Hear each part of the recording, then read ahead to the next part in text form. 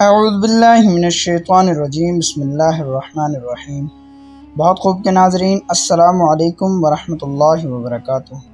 ناظرین کرام، یوں تو دنیا میں کئی اسلامی ممالک موجود ہیں، لیکن 14 اگست 1947 کو اس دنیا کے نقشے پر ایک نئی اسلامی مملکت نے جنم لیا، جسے دنیا آج بھی پاکستان کے نام سے جانتی ہے۔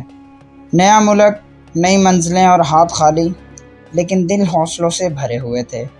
ایسے میں ملک کی پہچان کے لیے پرچم تو موجود تھا، لیکن کوئی قومی ترانہ موجود نہیں تھا۔ ناظرین، قومی پرچم یا قومی ترانہ ملک کے قومی وقار اور عظمتوں کا نشان ہوتا ہے۔ جس طرح دنیا بھر میں مختلف ملکوں کے پرچم اور ترانوں کی عزت و تقریب میں قومی ترانہ ایک نمایاں مقام رکھتا ہے، اسی طرح پاکستان میں بھی قومی پرچم اور ترانے کو عوام اپنی جان و مال سے زیادہ عزیز اور اہم جان کر اس کی عزت و تقریب میں کوئی کمی نہیں چھوڑتے۔ جب قومی پرچم بلند کیا جاتا ہے یا قومی ترانہ پڑھا جاتا ہے تو سب اس کے تقدس کی خاطر احتراماً کھڑے ہو جاتے ہیں۔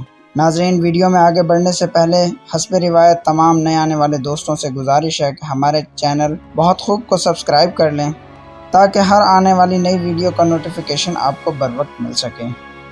ناظرین، اب جہاں تک پاکستان کے قومی ترانے کا تعلق ہے تو شاید اس بارے میں اکثر لوگوں کا گمان یہی ہے کہ پاک سرزمین کا قومی ترانہ پہلے روز سے ہی پڑھا جاتا ہوگا، لیکن آپ کو بتاتا چلوں کہ ایسا ہرگز نہیں ہے، کیونکہ پاکستان کا پہلا قومی ترانہ یا پہلا قومی گیت ایک ہندو شاعر پروفیسر جگن ناتھ آزاد، جو کہ ڈسٹرکٹ پنجاب، ایسٹ انڈیا میں عیسیٰ خیل میاں والی 1918 میں پیدا ہوئے، اور اس ترانے یا قومی گیت کے بول: ذرے تیرے ہیں آج ستاروں سے تابناک، روشن ہے کہکشاں کہیں آج تیری خاک، کو وطن کی آزادی کے بعد 14 اگست 1947 کو لاہور ریڈیو اسٹیشن سے قیام پاکستان کے اعلان کے ساتھ نشر کیا گیا۔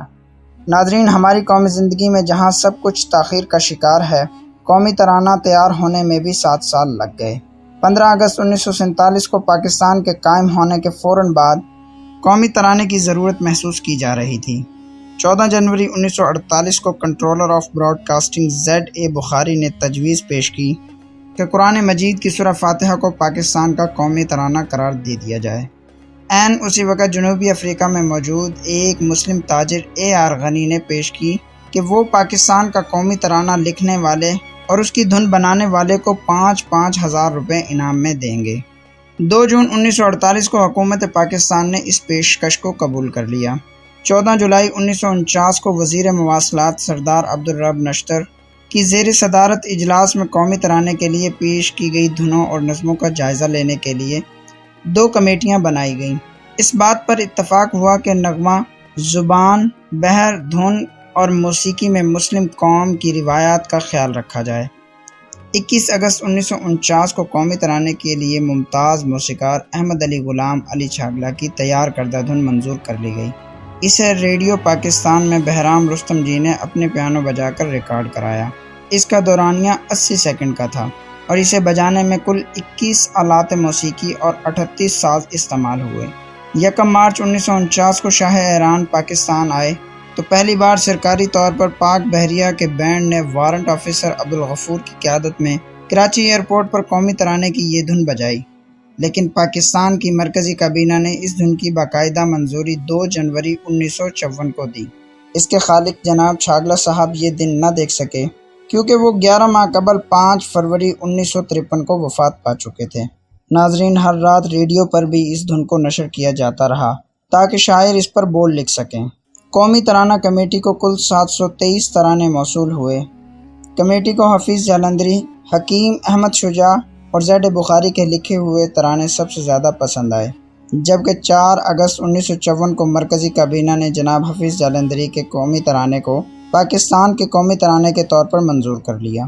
13 اگست 1954 کو قومی ترانہ پہلی بار ریڈیو پاکستان سے نشر ہوا۔ قومی ترانہ مخمس ہے جس میں کل 15 مصرعے ہیں۔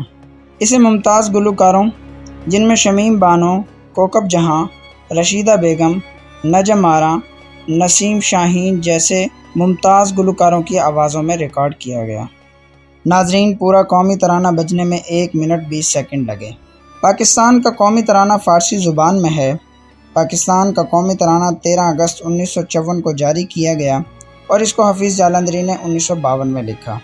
پاکستان کے قومی ترانے کی دھن دنیا کی سب سے مشہور 3 دھنوں میں سے ایک ہے۔ پاکستان کے قومی ترانے کی کمپوزنگ احمد جی چاگلا نے کی۔ پاکستان کے قومی ترانے میں صرف اور صرف ایک لفظ اردو کا ہے، جبکہ یہ باقی سارا کا سارا ترانہ فارسی زبان میں ہے۔ تو دوستو، یہ تھی آج کی ہماری ویڈیو۔ امید کرتے ہیں کہ آپ کو یہ ویڈیو ضرور پسند آئی ہوگی۔ ویڈیو پسند آنے کی صورت میں ویڈیو کو لائک اور اپنے دوستوں سے شیئر ضرور کریں، اور اپنی قیمتی رائے کا اظہار کمنٹ باکس میں بھی کیا کریں۔ بہت جلد انشاءاللہ ایک اور نئی انفارمیٹو ویڈیو کے ساتھ حاضر ہوں گے۔ تب تک کے لیے اپنے دوستوں اور گرد و نواح کے لوگوں کا بہت سارا خیال رکھیے گا۔ اللہ حافظ۔